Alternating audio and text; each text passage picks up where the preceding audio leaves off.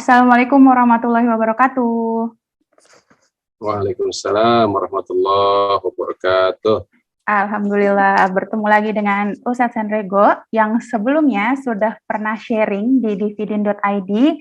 Terima kasih atas kesempatan waktunya nih, bisa ketemu lagi di dividen.id. Nah, kita tuh pengen, jadi gini Ustadz, sebagai pembuka, terima kasih sebelumnya atas waktunya hari ini. Jadi pengen diskusi lebih lanjut nih sebenarnya sama Ustadz Sandrego nih, karena waktu pas dividen talk series kemarin kita kan bahas mencapai falah dengan keuangan syariah, dan salah satu diskusi bahasannya adalah dari bukunya Ustadz Sandrego ini. Bukunya sudah ada juga tuh di virtual background, yang keren banget. Jadi hayal sholah, hayal falah.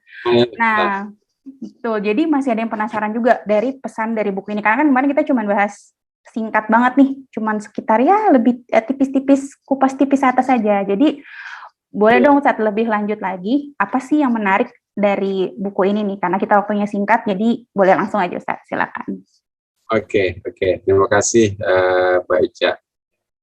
Bismillahirrahmanirrahim. Assalamualaikum warahmatullahi wabarakatuh. Waalaikumsalam.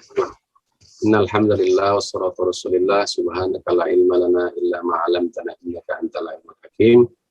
Allahumma aghnina bil ilmi wa zina bil hilmi wa akrimna bit taqwa wa jammilna bil afiyah wa ba'd. Sebelumnya saya juga mengucapkan terima kasih nih atas kesempatan yang kedua gitu ya. Mudah-mudahan ada kesempatan yang lain sehingga silaturahmi kita bisa jaga, kita sambung, saling nasihat-menasihati, saling memperkuat gitu kan, sehingga kita bisa menjadi muslim yang senantiasa semangat untuk menjalani kehidupan ini, kemudian juga bisa bermanfaat bagi masyarakat yang lebih luas. Amin, insya Allah. Jadi tentang buku ini sebetulnya diawali dari beberapa pertanyaan gitu ya, beberapa pertanyaan yang seringkali muncul nih di benak kita. Misalkan setelah seorang bersaksi sebagai seorang muslim, ini di rukun pertama ini, so what next gitu. Jadi ketika kita menyatakan diri sebagai muslim, baik itu yang melalui proses mualaf atau kita yang dari lahir sudah muslim, itu pasti akan ada semacam pertanyaan. So setelah kita menjadi seorang muslim, bersaksi sebagai seorang muslim, so what next gitu? Apa tahapan berikutnya? Jadi apa yang akan kita lakukan sebagai seorang muslim untuk menjalani kehidupan ini? Apakah menjalani kehidupan ini seperti mengarungi sungai, ya, seperti mengarungi lautan, tanpa ada tujuan, tanpa ada kepastian tempat yang akan dicapai. Nah, tentunya kalau prinsipnya seperti mengikuti filosofi air, ini kan ada beberapa ungkapan atau pernyataan, udahlah hidup ini ikuti aja seperti air, jalani aja seperti air. Go with the flow, ya. Ya, go with the flow gitu. Jadi kan ini tidak terarah dong hidup kita. Artinya malah kadang-kadang kita tidak kemudian punya prinsip gitu ya, tidak punya prinsip hidup gitu. Nah, kemudian pertanyaan lain misalkan, kemudian target atau tujuan hidup apa yang ingin kita raih atau yang ingin kita capai. Nah, ini kan harus jelas gitu. Soalnya kalau kita baca beberapa buku-buku self motivation atau self empowerment, itu awal mula yang kemudian dibahas biasanya terkait dengan what is your goal, gitu ya. Apa tujuan hidup Anda? Apakah Anda punya target hidup?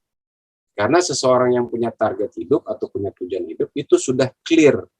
Jadi ada ukuran, ketika ada ukuran maka pengelolaan pun juga bisa terukur dengan baik. gitu. Nah, terus pertanyaan berikutnya,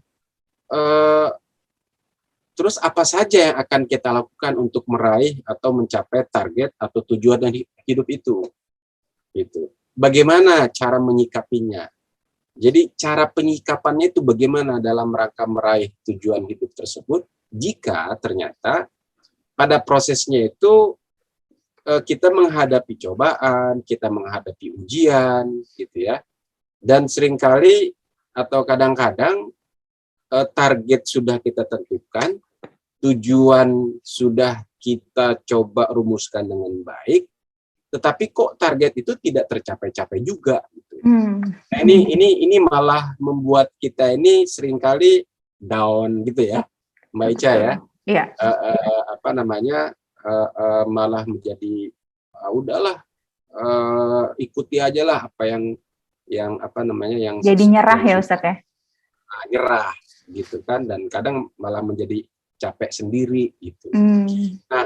Nah inilah yang kemudian ingin apa namanya dicoba dijawab oleh buku ini nih Mbak Ica. Jadi mencoba menjawab pertanyaan-pertanyaan tadi dengan mencoba menggali makna yang ada di dalam azan dan sholat.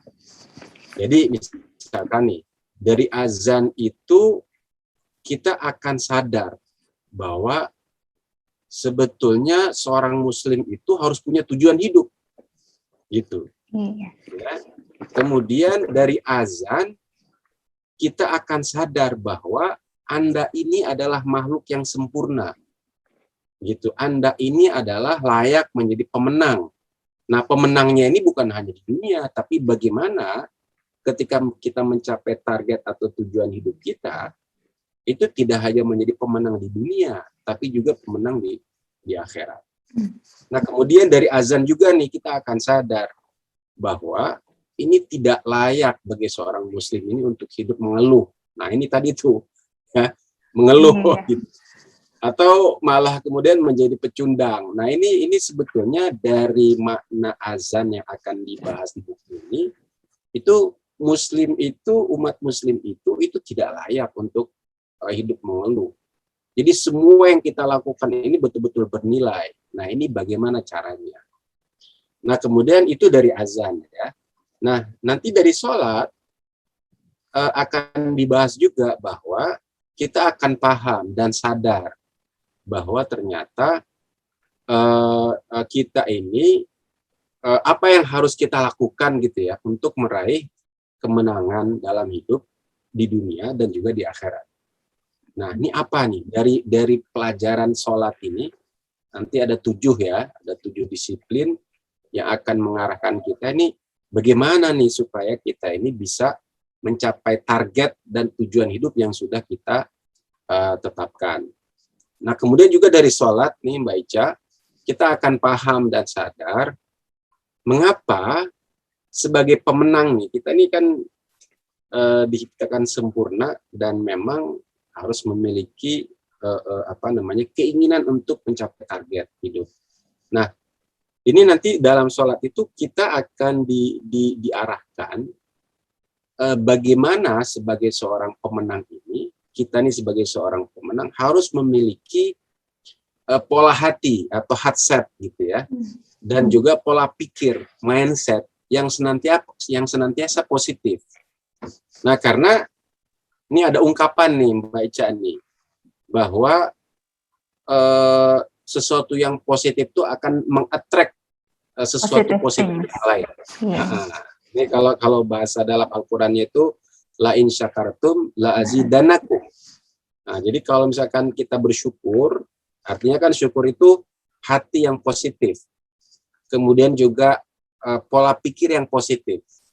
Nah, artinya ketika pola pikir dan pola hati ini positif, ini itu akan apa namanya berdampak kepada adanya potensi untuk mengattract hal-hal yang positif juga. Nah, ini juga menjadi pembahasan bagaimana sholat itu menata hati, menata pikiran kita itu untuk senantiasa positif.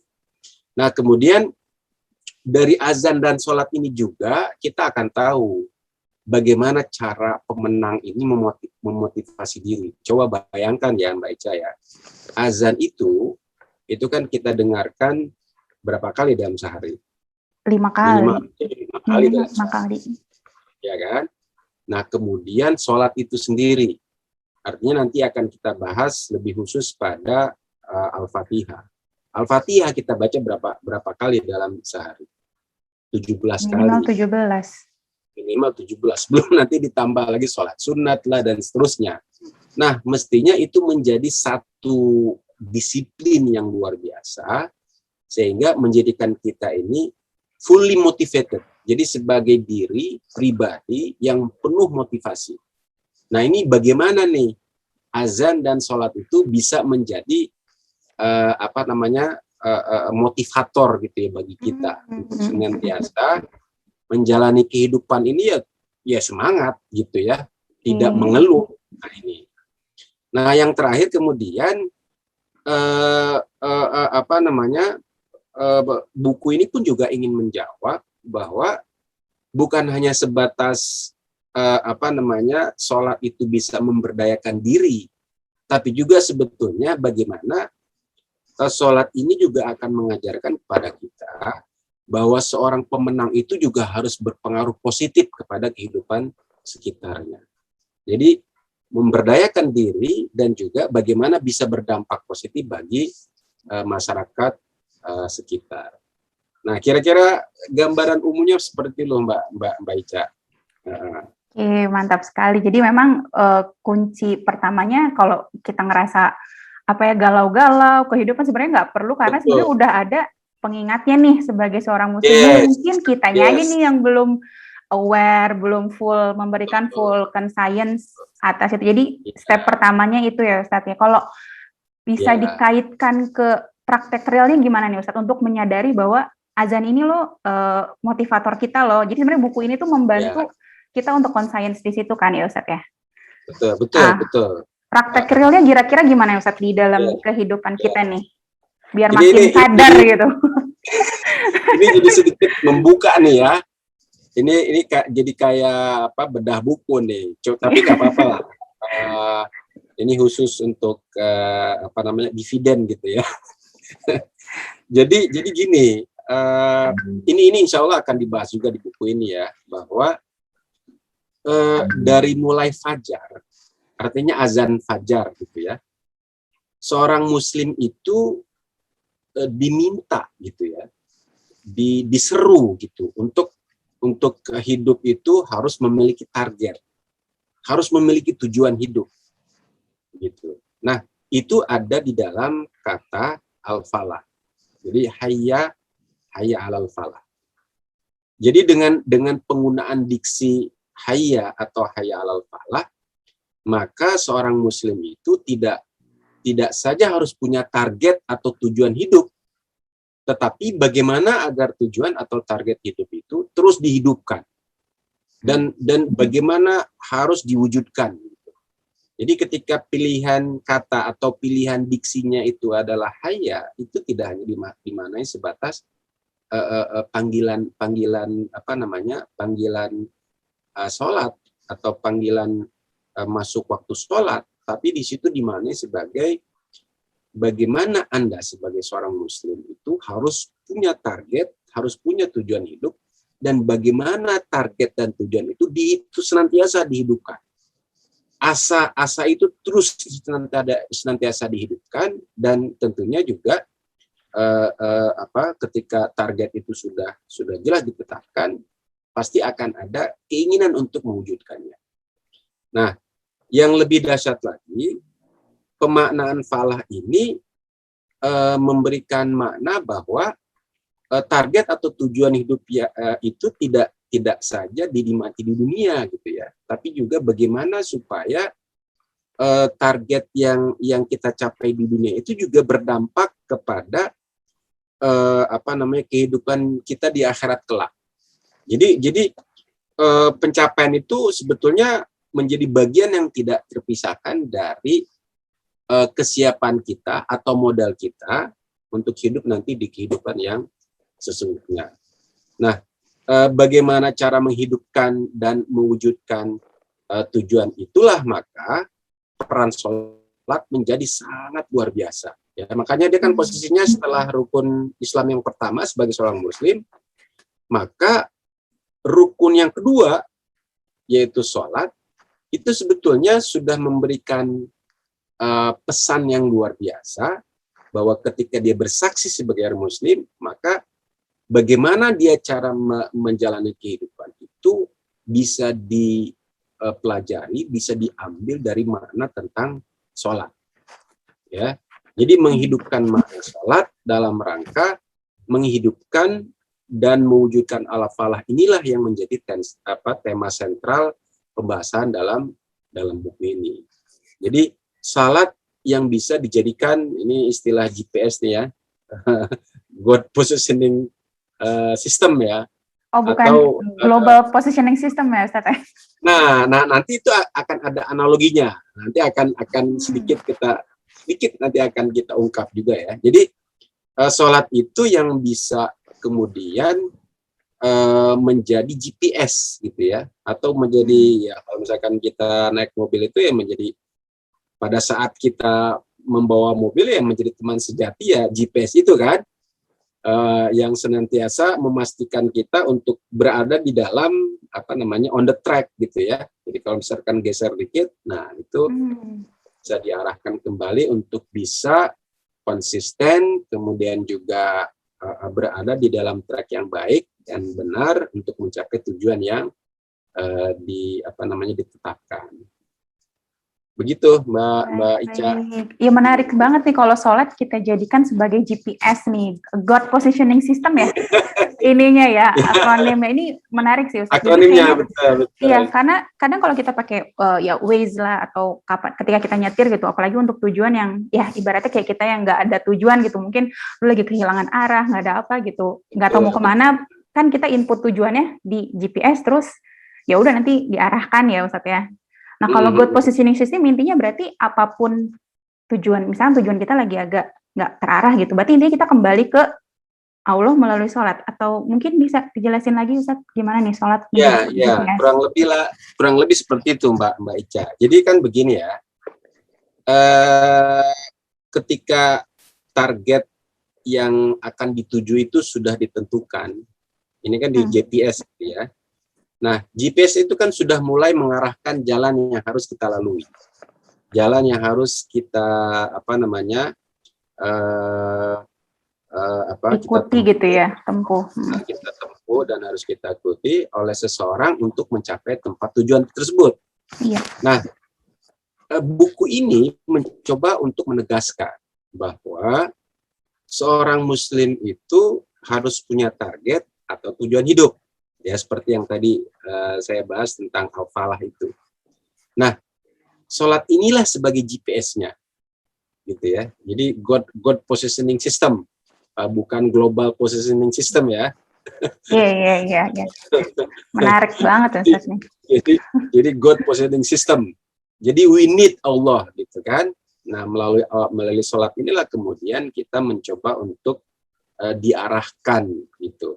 Nah, bagaimana agar target atau tujuan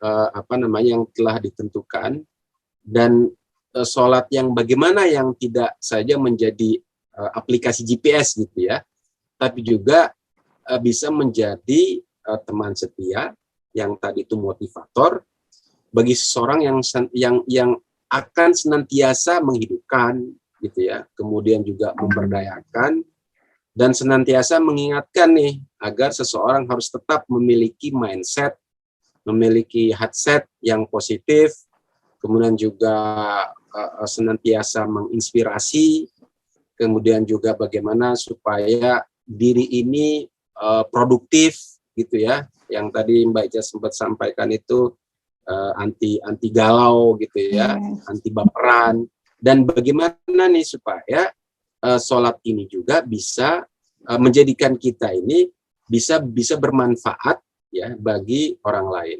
Nah, ini beberapa isu ini yang nanti akan diungkap dan dibahas dalam buku ini. Jadi saya ingin menegaskan bahwa ketika seseorang sudah bersaksi sebagai seorang Muslim, ini lagi-lagi ini ya dari pemahaman rukun Islam itu tadi ya, rukun Islam yang pertama tuh dia sebagai seorang Muslim, kemudian what next gitu. Nah, maka langkah berikutnya adalah bagaimana dengan rukun Islam yang kedua ini, yaitu sholat, baik sebagai individu maupun sebagai jamaah komunitas Muslim gitu, itu bisa hidup lagi. Jadi fully motivated, semangat gitu, berdaya positif, dan juga tentunya bisa bermanfaat bagi masyarakat yang lebih luas. Nah, ini kan sebagaimana risalah Rasulullah ya, rahmatan lil alamin. Begitu kira-kira Mbak Ica. Iya nih, luar biasa menarik dan inspiratif. Ini udah banyak banyak inspirasi yang didapat sebenarnya dari baru sneak peek bedah buku sedikit aja nih udah makin penasaran nih sama isi bukunya gimana nih Ustadz. Jadi intinya tuh sholat menjadi gimana kita membentuk sholat jadi GPS, terus membentuk mindset dan heart set yang positif, gimana kita memberdayakan diri ya Ustadz ya. Karena kadang kita aja bingung sendiri tuh memberdayakan diri itu gimana sih untuk punya mindset sebagai jadi pemenang gitu kan. Padahal nggak jauh-jauh ya Mbak Ica ya. Iya, nggak jauh-jauh. Termasuk azan. Betul, karena mungkin nggak jadinya justru mungkin kalau misalnya teman-teman yang masih yang ini jujur sih agak relatable banget nih untuk Muslim, terutama saya juga sih kadang ngerasa oke, azan ini adalah kayak kayak jadi justify aja, ini sudah waktunya sholat gitu, tanpa sebenarnya punya concern untuk kita tuh posisikan azan tuh lebih dari hanya gimana tuh. Dan satu lagi Mbak Ica, sebagai tanda waktunya buka puasa. Oh betul. Apalagi azan maghrib itu paling dinanti gitu. Iya.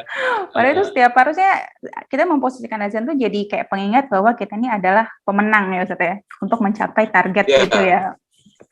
Baik. Jadi justru tadi itu bukan hanya sebatas pengingat, artinya dia pun juga menjadi motivator gitu ya, bahwa kita ini ya memang harus punya target hidup.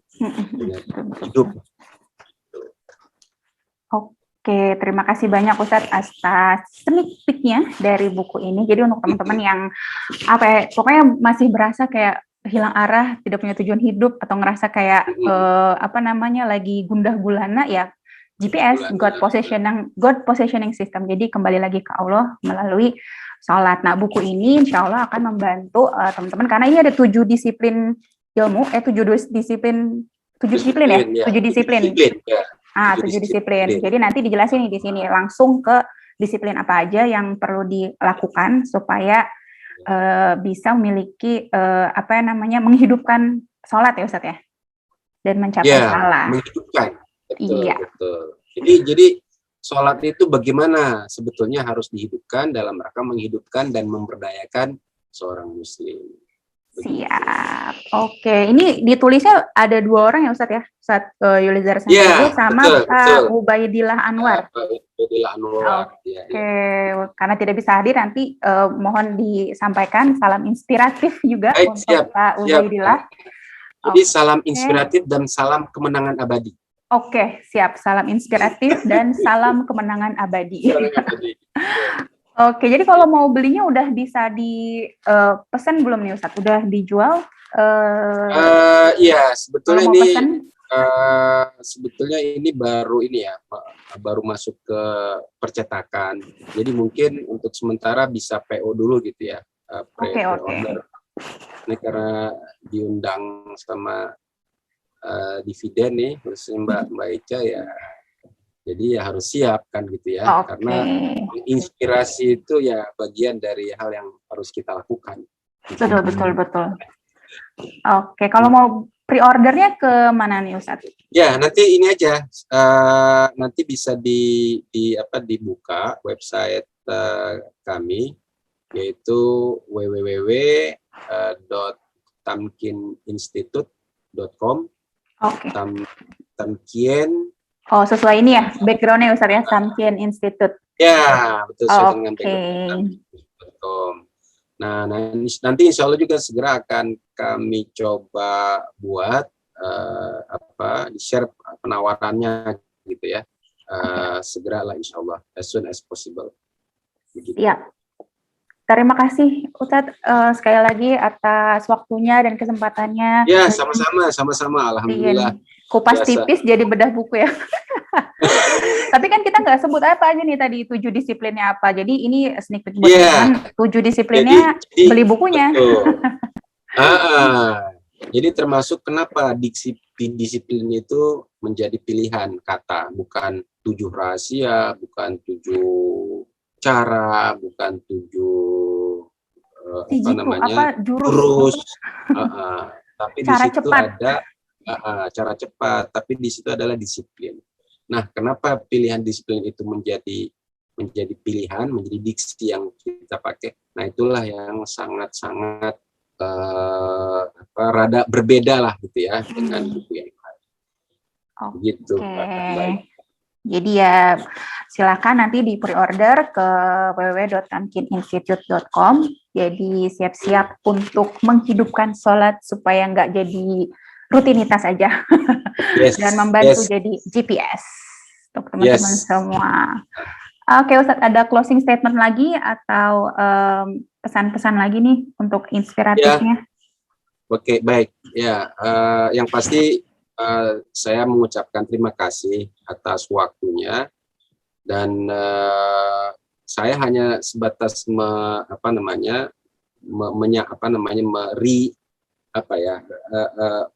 resend sebetulnya, maksudnya restate gitu ya,